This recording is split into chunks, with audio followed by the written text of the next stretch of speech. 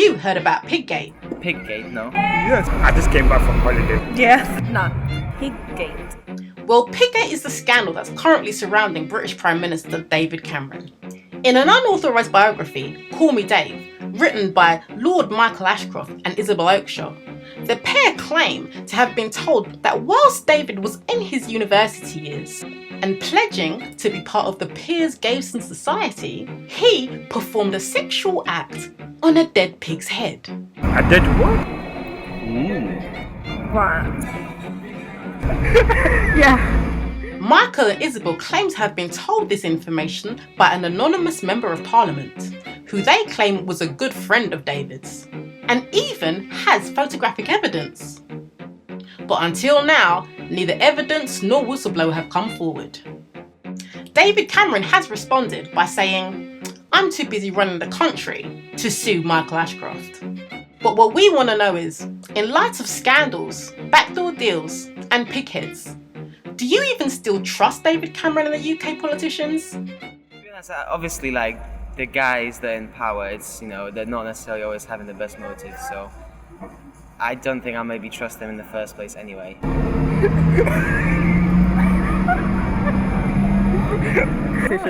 Okay. Never have. Never have. I think we're still quite well off, to be honest, compared to a lot of other countries, so there's probably not that much to complain, I never trusted David Cameron in the first place, whether he's had sex with a pighead or not, really. I don't trust him. I don't trust any politician. They all talk bullshit. It's such a stupid thing what he did. Like, you're supposed to be running a country and you're doing those kind of things. I don't care if it's in his past or whatever, like. I'm serious. I'm serious. I'm deadly serious. It's a relative question. Like, I trust that his skills and his knowledge as a politician hasn't wavered over something he did years ago. He's still an MP. Like, he still obviously did things to get where he is, so he's skillful and respected in that manner.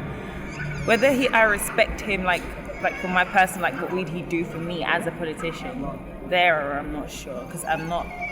Am I allowed to say this? Yeah. What's it called? Lib Dems. Yeah, I'm for Lib Dems. So. No, and you actually get my opinion worse than that. You can't believe anything that you hear because a lot of things are fabricated or taken out of context.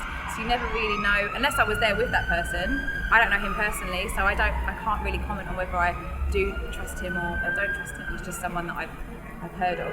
My own opinion on David Cameron was that I just never really supported him from the beginning. Like what he stood for, what he was actually running for, like what he said he was gonna do. I actually agreed with him. Like, yes, that's the right thing. But as soon as he got elected, he hasn't really done anything that he actually said he was gonna do.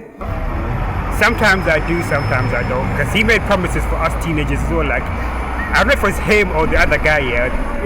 What's the other one? I don't The Lib Dem you're talking about. Yeah. Say with teenagers when they go to uni, it's gonna be more opportunities for them, find them more jobs.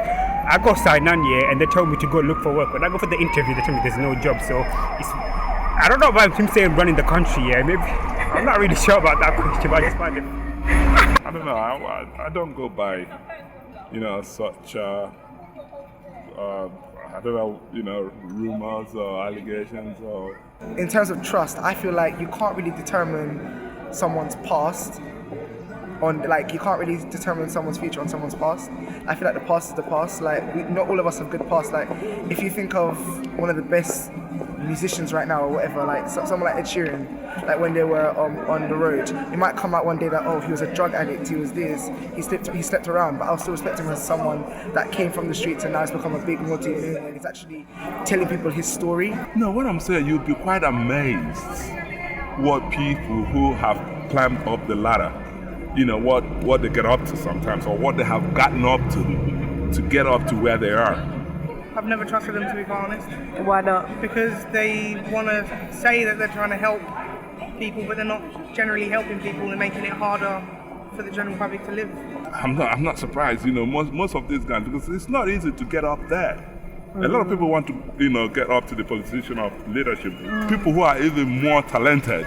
Sometimes, you are very talented and you can't get up there because you do not belong to one association, or I find that it's a struggle because a lot of people get up, like I said, they get up to a lot of things that I wouldn't get up to just to climb up the ladder, So I'm a Christian, so I just, if God wants you to, move a step forward, nobody's going to stop that.